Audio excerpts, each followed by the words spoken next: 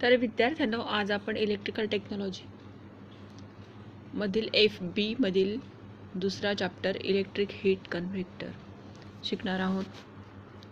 तर यामध्ये पाठाची ओळख आहे, नंतर कार्यतत्व, त्याचे प्रमुख घटक, रचना, कार्यपद्धती, हीट कन्व्हेक्टरमधील दोष, कारणे व उपाय, त्यानंतर हीट कन्व्हेक्टर वापरताना घ्यावयाची दक्षता आणि तांत्रिक तपशील, अशा 8 मुद्द्यांचा समावेश आहे।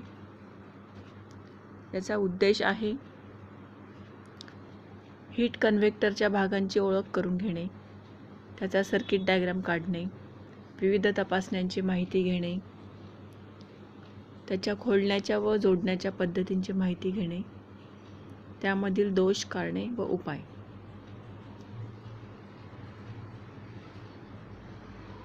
आता हीट कन्व्हेक्टर बघा,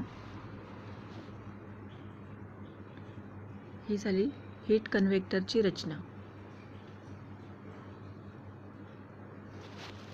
तर हीट कन्व्हेक्टर हे उष्ण हवेचा झोत निर्माण करणारे उपकरण असून हिवाळ्यात उबदार वातावरण तयार करून थंडीपासून संरक्षण मिळण्यासाठी याचा वापर केला जातो। फॅनसह असलेली मोटर व हीटर यांचे एकत्रीकरण म्हणजेच हीट कन्व्हेक्टर असते। उन्हाळ्यात हीटर स्विच बंद ठेवून फक्त मोटर स्विच चालू करून हीट कन्व्हेक्टरचा फॅन म्हणून देखील वापर करता येतो। यांची क्षमता ही 1000 वॅट पासून 3000 वॅट पर्यंत असते। तसेच याला ब्लोअर टाईप रूम हीटर असेही म्हणतात।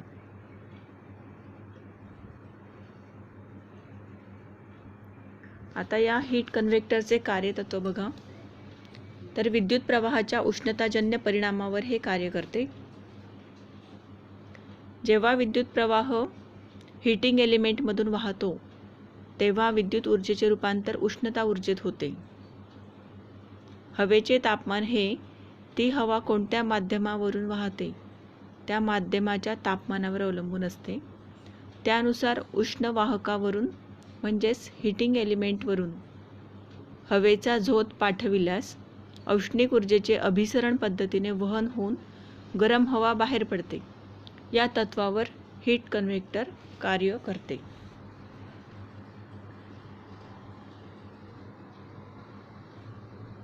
आता या हीट कन्व्हेक्टरचे प्रमुख घटक बघा,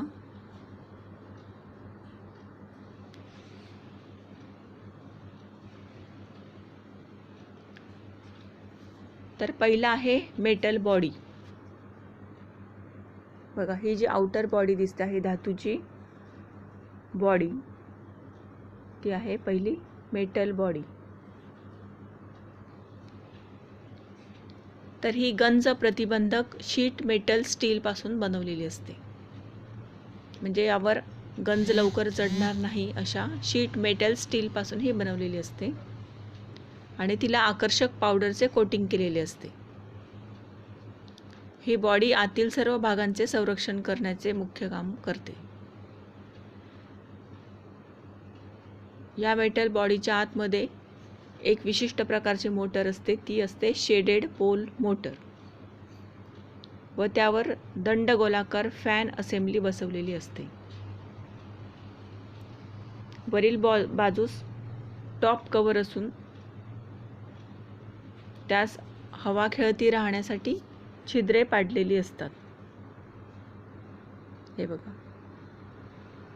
या बाणाच्या साहाय्याने दिसतात आपल्याला। ही हवा खेळती राहण्यासाठी हे छिद्र पाडलेले असतात आउटर बॉडीला।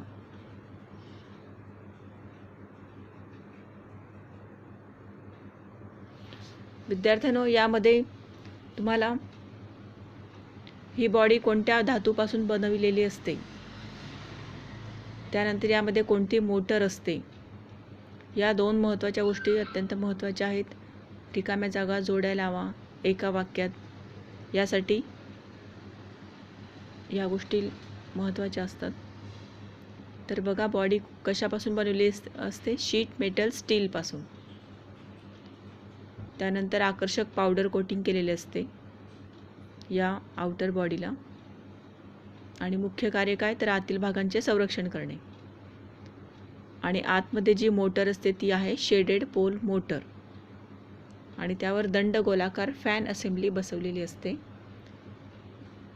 आणि वरील बाजूला टॉप कव्हर असून त्यास हवा खेळती राहण्यासाठी छिद्रे पाडलेली असतात.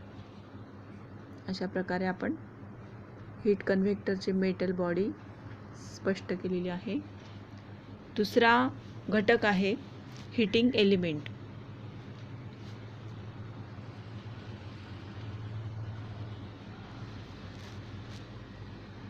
तर या हीट कन्व्हेक्टरमध्ये असणारे हीटिंग एलिमेंट जे आहे ते 1000 वॅट ते 3000 वॅट एवढ्या प्रचंड क्षमतेचे असते. आणि हे कॉईल प्रकारचे असून नायक्रोमपासून बनवलेले असते. लक्षात घ्या, कोणत्या प्रकारचे, कॉईल प्रकारचे, आणि धातू कोणता, तर नायक्रोम. आणि क्षमता 1000 वॅट ते 3000 वॅट या क्षमतेत ते उपलब्ध असते.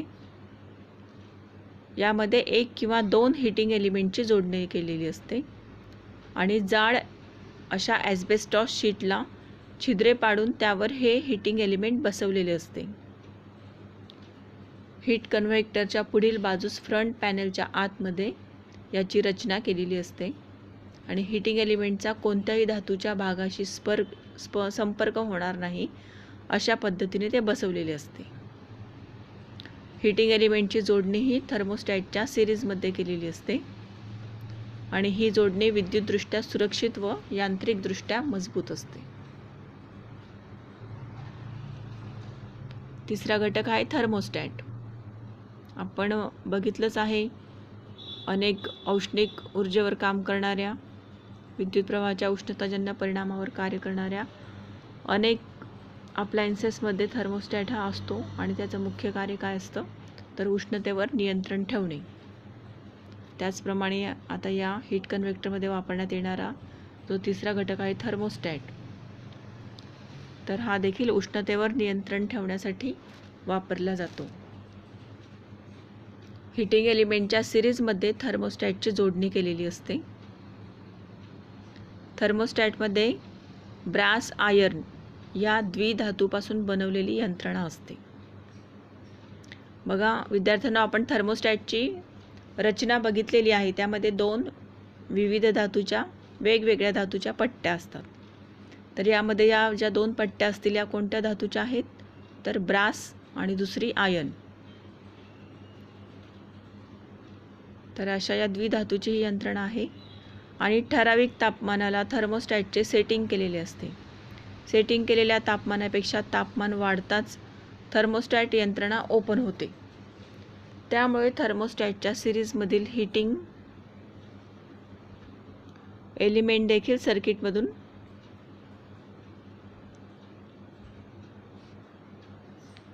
खंडित केले जाते.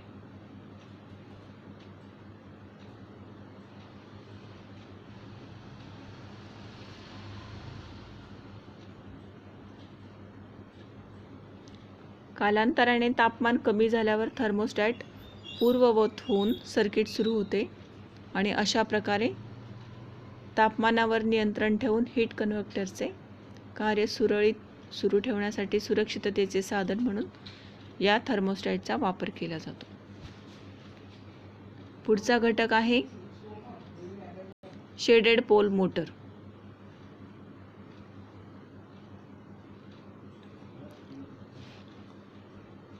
तर हीट कन्व्हेक्टरमध्ये ब्लोअरसाठी शेडेड पोल मोटर वापरलेली असते. टॉप कव्हरच्या आतमध्ये ही मोटर व्हर्टिकल म्हणजे उभी अशी ती बसवलेली असते. आणि मोटरचा जो शाफ्ट असेल त्याच्यावर फॅन बसवलेला असतो. पाचवा घटक आहे सेंट्रीफ्युगल ब्लोअर फॅन. हीट कन्व्हेक्टरमध्ये निर्माण होणारी उष्णता अभिसरण पद्धतीने बाहेर फेकण्यासाठी मोटारच्या शाफ्टवर सेंट्रीफ्युगल ब्लोअर फॅन बसवलेला असतो. आणि हा फॅन दंडगोलाकार असून पातळ पोलादी पत्र्यापासून तो बनवलेला असतो.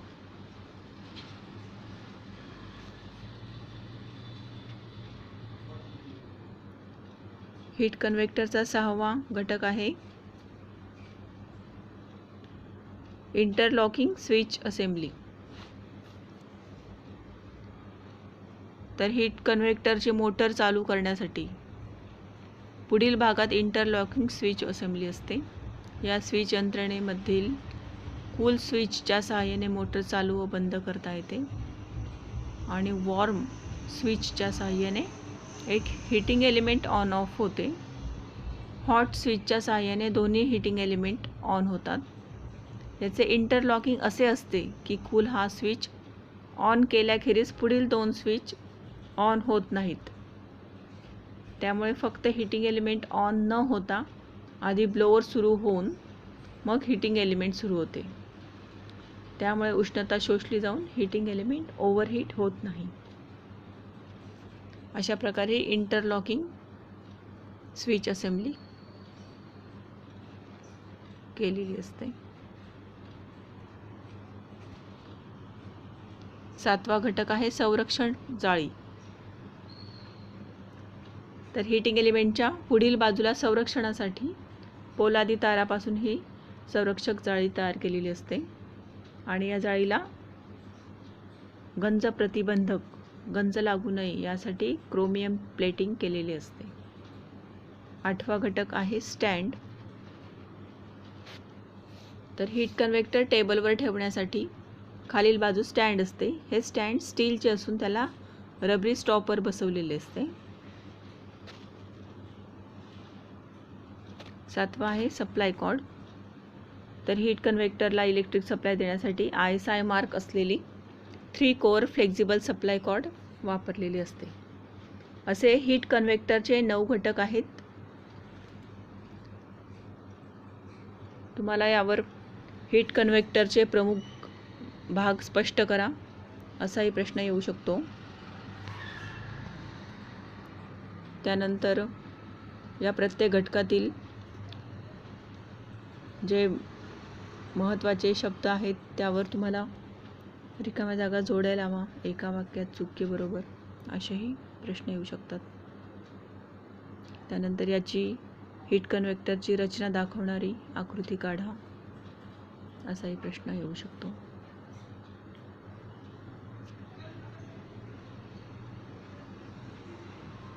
आता आपण बघूया रचना.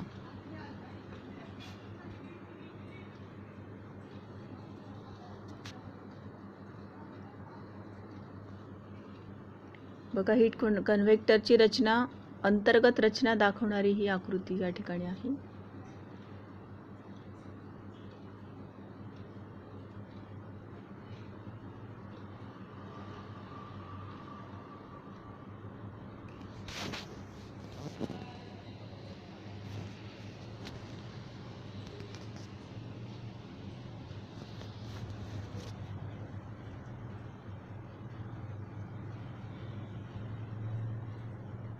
आपण आता याचे भाग बघितलेच आहेत प्रमुख.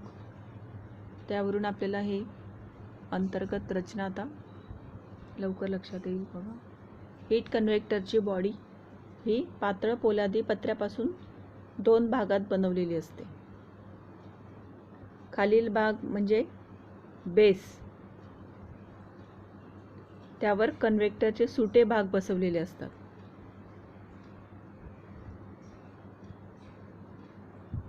हा जो खालचा भाग आहे बेस, यावर हीट कन्व्हेक्टरचे सुटे भाग बसवलेले असतात आणि मध्यभागी शेडेड पोल मोटर जी आहे ती उभी बसवून तिच्या शाफ्टवर दंडगोलाकृती ब्लोअर फॅन बसवलेला असतो.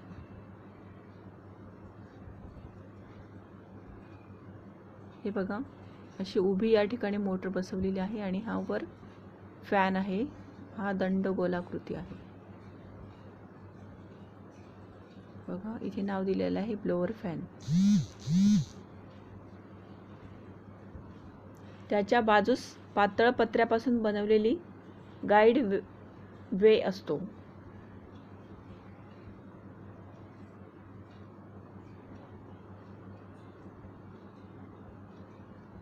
या ठिकाणी बघा, हा गाईड वे बनवलेला असतो.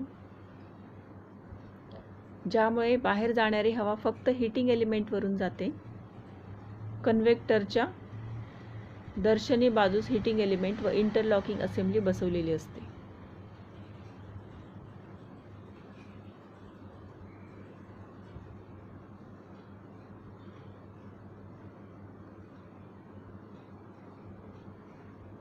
हे बघा, ब्लोअर फॅन मोटर ही खाली दाखवलेली आहे.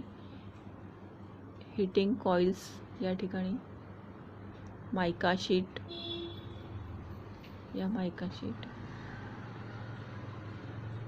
आणि या ठिकाणी थर्मोस्टॅट. या साईडला हे कनेक्टर, या ठिकाणी पियानो टाईप स्विच, हे 3 स्विच या ठिकाणी दाखवले, आणि हे खाली स्टँड आहे.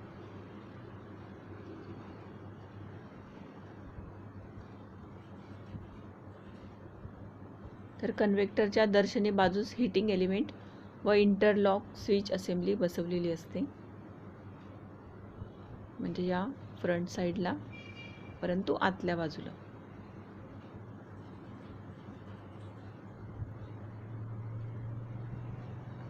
गाईड वेच्या बरोबर समोरील बाजूस मायका कोटेड ॲस्बेस्टॉस शीटला छिद्रे पाडून त्यामध्ये नायक्रोम या धातूपासून बनविलेली कॉइल टाईप हीटिंग एलिमेंट बसवलेली असते. संरक्षणासाठी समोरील बाजूस संरक्षक जाळी बसवलेली असते. वरील बाजूस हीटिंग एलिमेंटच्या सिरीजमध्ये थर्मोस्टॅट जोडलेला असतो. बेसच्या खालील बाजूस रबरी स्टॉपर बसवलेले असतात. या सर्व घटकांना संरक्षण देण्यासाठी वरील बाजूस टॉप कव्हर स्क्रूच्या साहाय्याने घट्ट बसवलेले असते.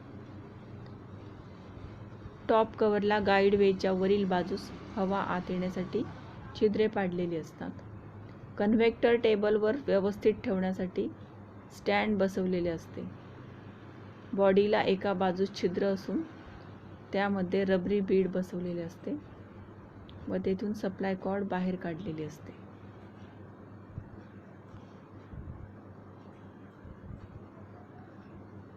तर अशा प्रकारे ही अंतर्गत रचनाकृती आपण बघितली. आता याची कार्यपद्धती.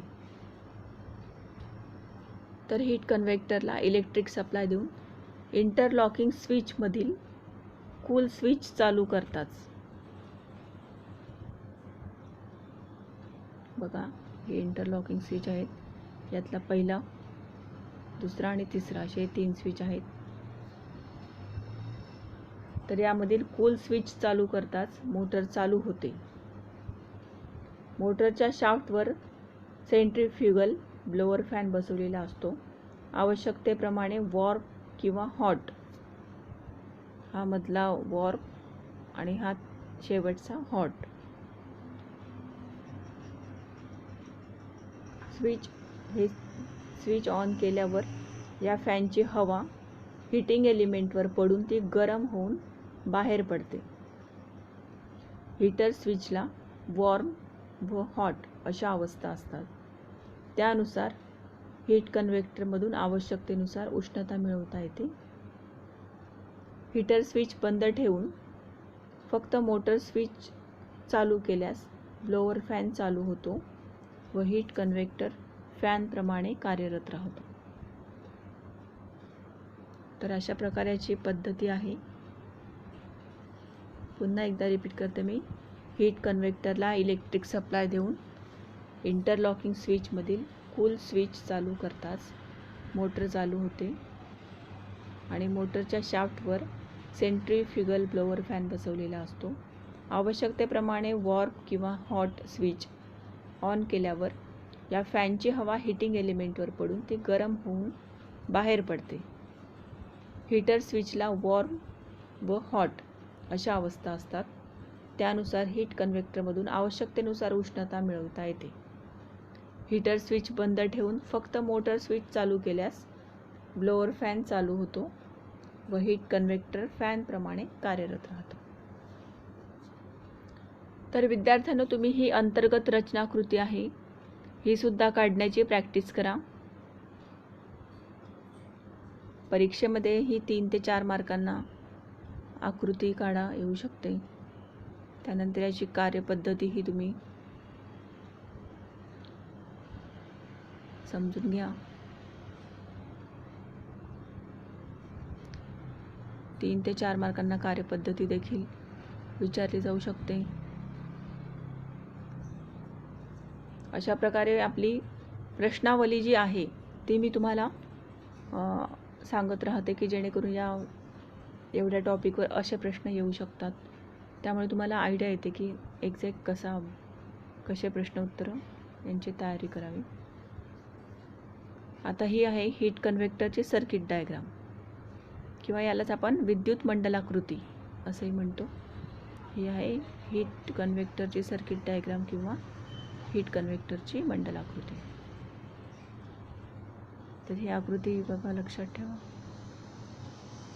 बघा, यामध्ये दाखवलं आहे 230 व्होल्ट AC सप्लाय. यामध्ये P phase wire, N neutral wire. आता ही फेज वायर बघा सिरीजमध्ये या थर्मोस्टॅटला जोडली आहे. थर्मोस्टॅटमध्ये ज्याप्रमाणे आपण म्हटलं की त्या ठिकाणी 2 धातू आहेत, द्विधातू. हा एक धातू आणि हा दुसरा.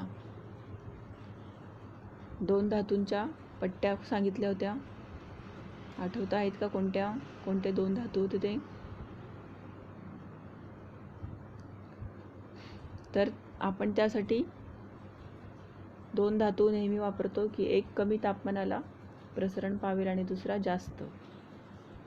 तर यामध्ये जो थर्मोस्टॅट वापरला आहे त्या ठिकाणी ब्रास आणि आयर्न असे हे 2 धातू वापरलेले आहेत.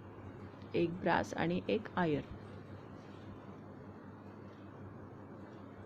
त्यानंतर ही वायर बघा पुढे या कूल स्विचला गेली आहे. कूल. त्यानंतर हा एवढा आहे वॉर्म म्हणजे उबदार. यामध्ये हा स्विच ऑन केला की आपल्याला फक्त उबदार हवा मिळेल.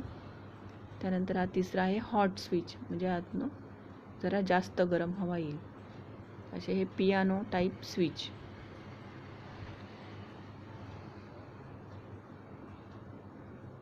त्यानंतर बघा या ठिकाणी ही ब्लोअर मोटर पॅरललमध्ये कनेक्ट केलेली आहे, समांतरमध्ये ही जोडली आहे. त्याचप्रमाणे या हॉट स्विचच्या पॅरललमध्ये या ठिकाणी हीटिंग एलिमेंट दिसते आहे. हीटिंग एलिमेंट 1 आणि हे आहे हीटिंग एलिमेंट 2. अशा पद्धतीने ही सर्किट डायग्राम आहे. सर्किट डायग्राम म्हणजेच काय की ॲक्च्युअलच्या वायर कशा पद्धतीने कुठे कनेक्ट केलेल्या आहेत, कशा तऱ्हेने वायरची तारांची जोडणी केलेली आहे आतून, त्याला म्हणायचं हे सर्किट डायग्राम. तर ही देखील तुम्ही हिची देखील प्रॅक्टिस करा.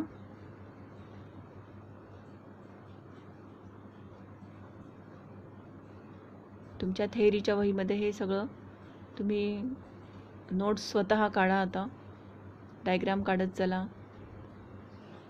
महत्त्वाचे मुद्दे नोट डाऊन करत चला. आणि जे मी स्वाध्याय तुम्हाला देते, जे प्रश्न उत्तरं देते, त्यासाठी एक तुम्ही सेपरेट वही तर केली असणारच. त्या वहीमध्ये तुम्ही मी दिलेले प्रश्न आणि त्याची उत्तरं जी आहेत ती लिहून काढत चला. आणि वाटल्यास एक कॉमन वही जरी केली तुम्ही आणि त्यात 3 भाग करून स्वतः तुम्ही नोट्स काढून असं महत्त्वाचं जे काही असेल ते त्यामध्ये स्वतः मुद्दे महत्त्वाचे फक्त तुम्ही त्यात मांडू शकता. म्हणजेच त्या तुम्ही स्वतः काढलेल्या नोट्स असतील. आता पुढचा मुद्दा आहे हीट कन्व्हेक्टरमध्ये निर्माण होणारे संभाव्य दोष, कारणे व त्यातील उपाय. आपला कोणताही अप्लायन्स असला तर आपला पहिला दोष त्यामध्ये नेहमीप्रमाणे असतो, हीट कन्व्हेक्टर किंवा जो काही अप्लायन्स असेल तो चालू होत नाही.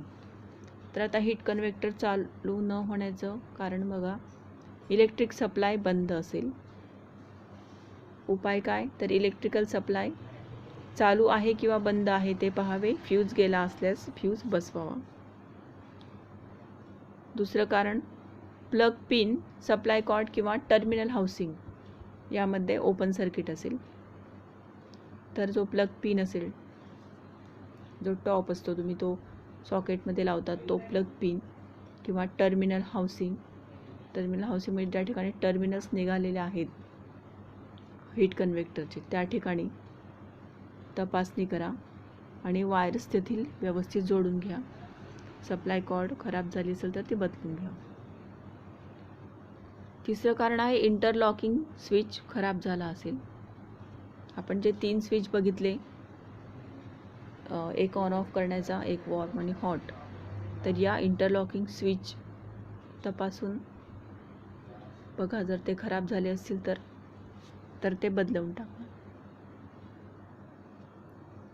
त्यानंतर हीट कन्व्हेक्टर चालू न होण्याचं पुढचं कारण आहे थर्मोस्टॅट खराब झाला असेल. जर तो खराब झाला असेल तर तो दुरुस्त करा किंवा बदलवा. नंतर शेडेड पोल मोटर खराब झाली असेल तर मोटर दुरुस्त करा किंवा ती रिवाइंडिंग करा. कनेक्शन सैल असतील तरीसुद्धा ते हीट कन्व्हेक्टर चालू होत नाही. मग सर्वच कनेक्शन घट्ट करा. हीटिंग एलिमेंट ओपन असल्यास त्याची जोडणी करा किंवा बदलवा. अशी ही 6-7 कारणं हीट कन्व्हेक्टर चालू न होण्याची आहेत आणि हे त्याचे 7 उपाय त्याच्याशी संबंधित दिलेले आहेत. आता दुसरा दोष, हीट कन्व्हेक्टरच्या बॉडीला हात लावताच शॉक बसतो. तर याचं कारण आहे हीटिंग एलिमेंट बॉडीला स्पर्श झाले असेल. जे हीटिंग एलिमेंट आतमध्ये बसवलेलं आहे, जे नायक्रोमचं आहे, त्याची जर थोडी देखील वायर जर बॉडीला कुठे टच होत असेल, लाईव्ह पार्ट, तर ते आपल्याला हीट कन्व्हेक्टरला हात लावताच शॉक बसू शकतो. यासाठी उपाय काय, तर हीट कन्व्हेक्टरच्या बॉडीला योग्य अर्थिंग केलेले असावे. योग्य त्या इन्सुलेशनचा उपयोग करून बॉडीपासून इन्सुलेट करावे. शॉक लागण्याचं दुसरं कारण आहे लाईव्ह वायर बॉडीला चिकटली असेल. तर उपाय काय, बॉडीला चिकटलेली लाईव्ह वायर बॉडीपासून इन्सुलेट किंवा अलिप्त करा. तिसरं कारण इन्सुलेटिंग मटेरियल हे खराब झाले असेल. इन्सुलेटिंग मटेरियल मग बदलवावे. तिसरा दोष आहे हीट कन्व्हेक्टर चालू करताच फ्यूज जातो. सप्लाय कॉर्ड अथवा हीटिंग एलिमेंट शॉर्ट झाली असेल. शॉर्ट असेल तर ती कॉर्ड किंवा हीटिंग एलिमेंट बदलावे. चालू करताच फ्यूज जात असेल तर अर्थ फॉल्ट झाला असेल, अर्थ फॉल्ट दूर करा. हीटिंग एलिमेंट बॉडीला चिकटले असेल तर योग्य त्या इन्सुलेशनचा उपयोग करून हीटिंग एलिमेंट बॉडीपासून इन्सुलेट करा. स्विच असेंब्लीमध्ये वायर शॉर्ट झाल्या असतील, वायर इन्सुलेट किंवा अलिप्त करा किंवा बदलवा. चौथा मुद्दा आहे हीट कन्व्हेक्टर गरम हवा फेकत नाही. यासाठी इंटरलॉकिंग स्विचमध्ये कनेक्शन निघाली असतील, कनेक्शन जोडून ती पुरेशी घट्ट करावीत. थर्मोस्टॅट ओपन असेल, थर्मोस्टॅट दुरुस्त करावे किंवा बदलावे. हीटिंग एलिमेंट ओपन असेल तर हीटिंग एलिमेंट बदलावे. 5वा बघा, हीट कन्व्हेक्टरमधून सतत आवाज येतो.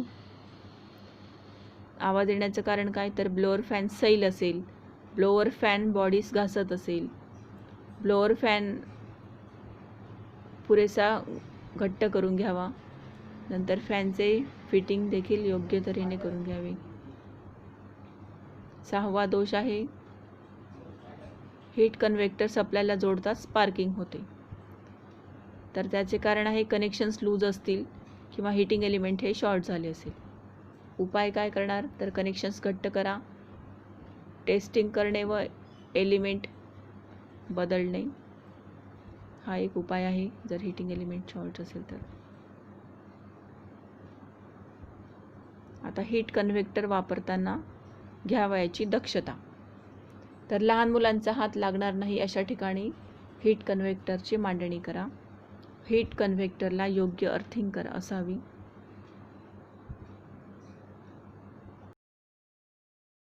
नंतर हीट कन्व्हेक्टर एका ठिकाणाहून दुसरीकडे नेताना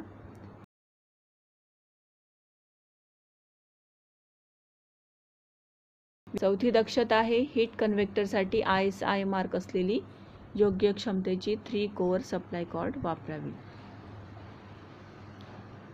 5वी दक्षता आहे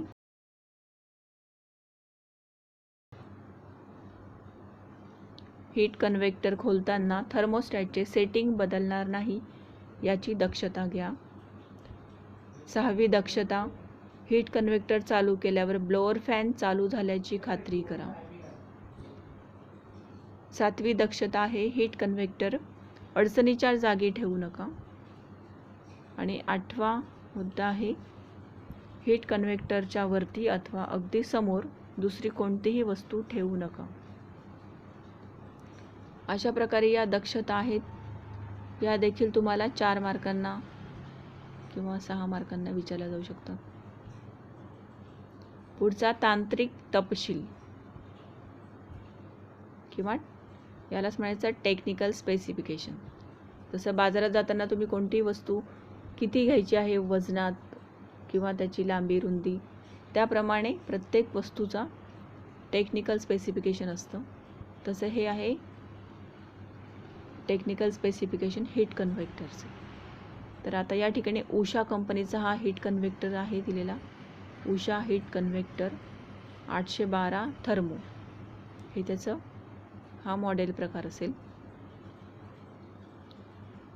तर यामध्ये बघा दिलेलं आहे, ब्रँडचे नाव आहे Usha, category room heater, sales package, unit, user manual, warranty card, एवढं त्या पॅकेजमध्ये असणार आहे.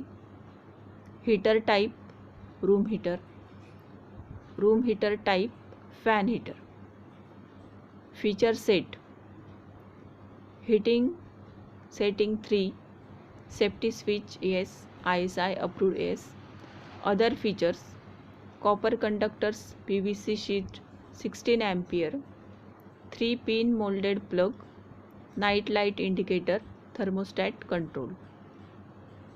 हे झाले फीचर सेट. पॉवर, याची पॉवर कन्झम्पशन किती असणार, 1000 watt, 2000 watt. Power input 230 volt. तर अशा प्रकारे आपण हे स्पेसिफिकेशन बघून आपली जी रिक्वायरमेंट आहे त्याप्रमाणे हीट कन्व्हेक्टर खरेदी करू शकतो.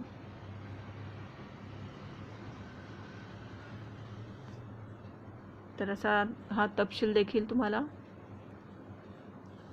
2 ते 4 मार्कांना विचारला जाऊ शकतो. आता खाली दिले आहेत स्वाध्याय. तर तुम्ही स्वाध्यायाची जी सेपरेट वही केलेली आहे त्यामध्ये तुम्ही ह्या सगळ्या रिकाम्या जागा लिहायच्या आहेत. हीट कन्व्हेक्टरमधील हीटिंग एलिमेंट कशापासून बनवतात, नायक्रोमपासून. ब्लोअर टाईप रूम हीटरमध्ये कोणते मोटर वापरतात, शेडेड पोल. हीट कन्व्हेक्टर विद्युत प्रवाहाच्या उष्णताजन्य परिणामावर कार्य करतो. हीट कन्व्हेक्टरमधील तापमान नियंत्रित करणाऱ्या घटकास थर्मोस्टॅट असे म्हणतात. अशा प्रकारे या सगळ्या रिकाम्या जागा जोड्या लावा एका वाक्यात. हे 3 प्रश्न तुम्ही कंपल्सरी लिहायचे आहे. आणि हा जो प्रश्न 4था आहे, प्रश्नांची उत्तरे लिहा. यामध्ये त्याच्या रूम हीटरच्या विविध भागांची नावे लिहा. ब्लोअर टाईप रूम हीटर किंवा यालाच काय म्हणायचं आहे, हीट कन्व्हेक्टर, याच्या विविध भागांची नावे लिहा. हा एक प्रश्न. स्वाध्यायामध्ये बघा 1 नंबर, त्यानंतर 3 आणि 4, 1, 3, 4.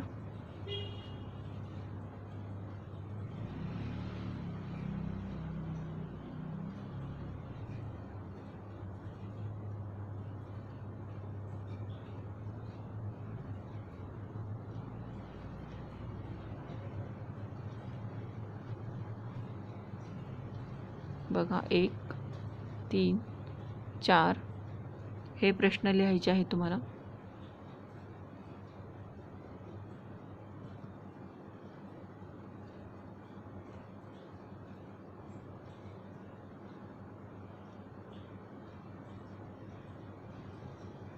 त्यानंतर प्रश्न 5व्या मधील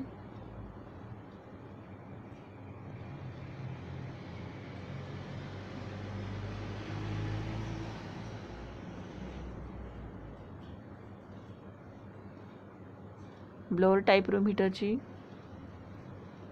कार्यपद्धती लिहा.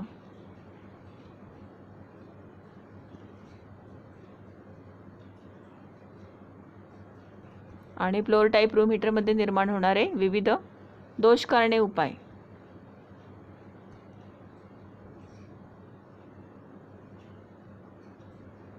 हे एवढे प्रश्न तुम्ही आपल्या स्वाध्यायाच्या वहीत लिहायचे आहेत. स्वाध्यायाचे मी तुम्हाला एके दिवशी सगळ्या स्वाध्यायाचे फोटो या ठिकाणी मी चेक करणार आहे आणि त्याप्रमाणे तुम्हाला इंटरनल मार्क्स दिले जातील. त्यामुळे तुम्ही स्वाध्याय कंपल्सरी आणि व्यवस्थित लिहा. आणि जर तुम्ही स्वतःची सेपरेट वही वेगळी एक केली असेल तर त्यामध्ये तुम्ही नोट्स आणि जे प्रश्न आपल्या स्वाध्यायाच्या वहीत नाही आहेत आणि त्याच्या नोट्स तुम्ही त्या थेअरीमध्ये लिहू शकता. त्यामध्ये फक्त थोडक्यात लिहायचे मुद्दे आणि डायग्राम्स वगैरे काढायच्या. तर अशा प्रकारे हा लहानसा चॅप्टर होता हीट कन्व्हेक्टर किंवा ब्लोअर टायप्रोमीटर. तर हा संपलेला आहे. तर याचं वर्क तुम्ही करायचं आहे मधल्या दिवसात.